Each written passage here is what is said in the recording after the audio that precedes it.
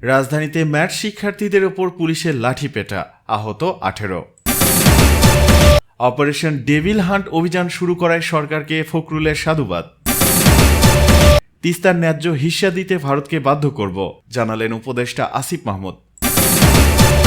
Operation devil hunt নিয়ে যা বললেন স্বরাষ্ট্র সচিব। বাংলাদেশের অভ্যন্তরীণ বিষয়ে দিল্লির বিবৃতি অনাকাঙ্ক্ষিত, অনভিপ্রেত, জানালো পররাষ্ট্র মন্ত্রণালয়।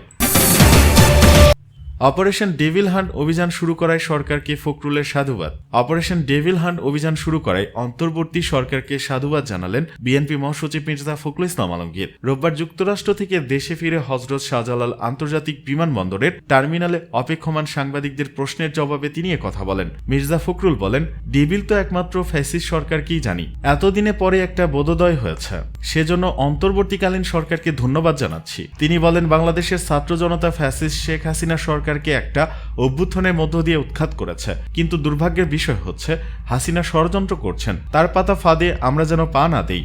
আজকে দেশে অস্থিরতা সৃষ্টি করা হচ্ছে, দেশের স্থিতিশীলতা বিনষ্ট করার চক্রান্ত করা হচ্ছে। আজকে আমাদেরকে সাবধানতার সঙ্গে পা ফেলতে হবে, আমাদেরকে ধীরে ধীরে এগোতে হবে। একটা অন্ধকারকে দূর করতে আরেক অন্ধকারের দিকে যা যায় না, তাকে আলো দিয়ে অন্ধকার দূর করতে হয়। সেই আলোকবর্তিকা নিয়ে আমাদের সামনের দিকে এগোতে হবে। ফখরুল বলেন, এজন্য আমি সকলের কাছে আহ্বান জানাতে চাই, সকলে একযোগে ঐক্যবদ্ধ হয়ে দেশের স্বাধীনতার সার্বভৌমত্ব রক্ষা করার জন্য, দেশের স্থিতিশীলতা রক্ষা করার জন্য, ফ্যাসিস্টদের বিরুদ্ধে গণতন্ত্র প্রতিষ্ঠা করার জন্য কাজ অব্যাহত রাখতে হবে।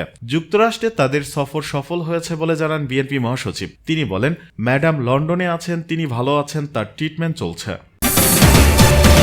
এদিকে অপারেশন ডেভিল হান্ট নিয়ে যা বললেন স্বরাষ্ট্র সচিব। যারা দেশের পরিস্থিতি অস্থিতিশীল করার চেষ্টা করছে তাদের দমন করার জন্য ডেভিল হান্ট অপারেশন পরিচালনা করা হচ্ছে বলে জানিয়েছেন স্বরাষ্ট্র মন্ত্রণালয়ের সিনিয়র সচিব নাসিমুল গনি। রোববার সচিবালয় স্বরাষ্ট্র মন্ত্রণালয় সম্মেলন কক্ষে অপারেশন ডেভিল হান্ট সম্পর্কে প্রেস ব্রিফিংয়ে তিনি কথা বলেন। সিনিয়র সচিব নাসিমুল গনি বলেন, সারা দেশে আইনশৃঙ্খলা পরিস্থিতি স্বাভাবিক রাখার লক্ষ্যে যৌথ বাহিনীর সমন্বয়ে অপারেশন ডেভিল হান্ট শুরু হয়েছে। এখানে যৌথভাবে সবাই একটি সুনির্দিষ্ট পন্থায় কাজ করবে। তিনি বলেন, এটা একটা পুলিশ অ্যাকশন, তবে আইনানুগ যত ব্যবস্থা নেওয়া দরকার সেসব ব্যবস্থা নিতে সব বাহিনীকে প্রস্তুত করা হয়েছে। তিনি আরো বলেন, আমরা পুলিশ, ম্যাজিস্ট্রেট, প্রসিকিউটর সবার সাথে বসে ঠিক করব কিভাবে মানবাধিকার রক্ষা করে আইন প্রয়োগ করা যায়। আমরা সিস্টেমে গুড প্র্যাকটিস রেখে যেতে চাই, যেন আয়নাঘর তৈরি না হয়। এছাড়া পুলিশ কবে আগের অবস্থায় ফিরতে পারবে?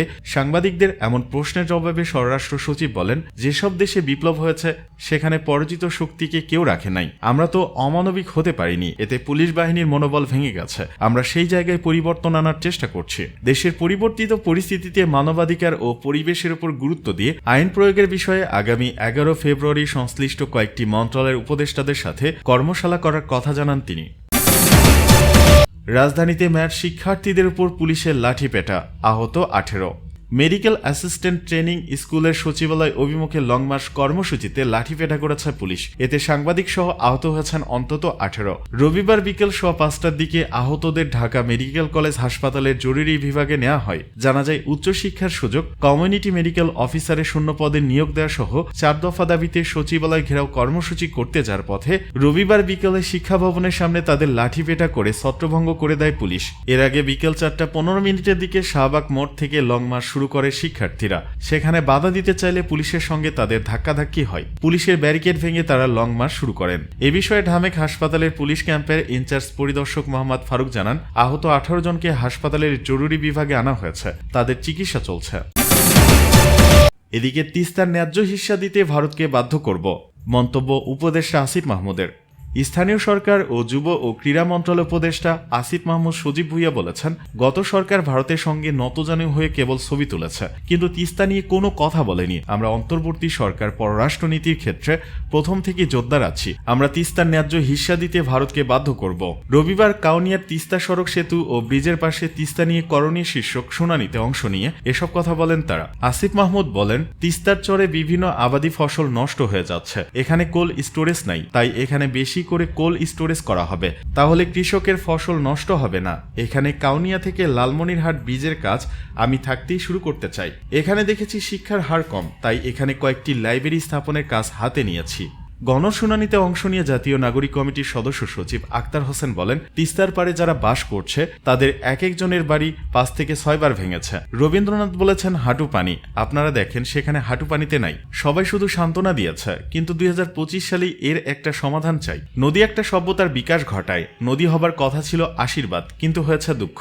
আক্তার হোসেন বলেন, ভারত আন্তর্জাতিক আইন লঙ্ঘন করে বাংলাদেশের সঙ্গে সিনিমিনি খেলছে। তিস্তার পানি নিয়ে ভারত যে টালবাহানা করেছে, দরকার হলে আন্তর্জাতিক অঙ্গনে বিচারের সম্মুখীন হয়ে তিস্তার পানির ন্যায্য হিস্সা চাই।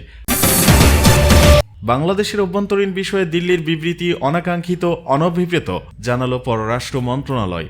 বাংলাদেশের অভ্যন্তরীণ বিষয়ে নয়াদিল্লির বিবৃতিকে অনাকাঙ্ক্ষিত ও অনভিপ্রেত বলে উল্লেখ করেছে পররাষ্ট্র মন্ত্রণালয়। 5 ফেব্রুয়ারি ধানমন্ডি 32 নম্বরে বঙ্গবন্ধু শেখ মুজিবুর রহমানের বাড়ি ভাঙা নিয়ে ভারতের পররাষ্ট্র মন্ত্রণালয় বিবৃতি সম্পর্কে জানতে চাইলে রোববার পররাষ্ট্র মন্ত্রণালয়ের মুখপাত্র রফিকুল আলম এ তথ্য জানান। 6 ফেব্রুয়ারি ভারতের পররাষ্ট্র মন্ত্রণালয়ের মুখপাত্র রণধীর জয়সওয়াল বলেন, এটা অত্যন্ত দুঃখজনক যে বাংলাদেশের জনগণের বীরত্বপূর্ণ প্রতিরোধের প্রতীক শেখ মুজিবুর রহমানের ঐতিহাসিক বাসভবন 5 ফেব্রুয়ারি ধ্বংস করা হয়েছে। বাঙালি পরিচয় ও গৌরবকে লালন করার স্বাধীনতা সংগ্রামকে যারা মূল্য দেন, তারা বাংলাদেশের জাতীয় চেতনায় এই বাসস্থানের গুরুত্ব সম্পর্কে সচেতন। এই ভাঙচুরের তীব্র নিন্দা করা উচিত। জয়সওয়ালের বক্তব্যের বিষয়ে রোববার পররাষ্ট্র মন্ত্রণালয়ের সংবাদ সম্মেলনে জানতে চাইলে মন্ত্রণালয়ের মুখপাত্র রফিকুল আলম বলেন, ওই বিবৃতি বাংলাদেশের অন্তর্বর্তী সরকারের নজরে এসেছে। বাংলাদেশের অভ্যন্তরীণ বিষয়ে তাদের এই মন্তব্য অনাকাঙ্ক্ষিত ও অনভিপ্রেত। প্রতিবেশী দেশেও আমরা বিভিন্ন অনাকাঙ্ক্ষিত পরিস্থিতি দেখেছি, কিন্তু অন্য দেশের অভ্যন্তরীণ কোনো বিষয় বাংলাদেশ বিবৃতি দেয় না। অন্যান্য দেশের কাছেও বাংলাদেশ একই প্রত্যাশা করে।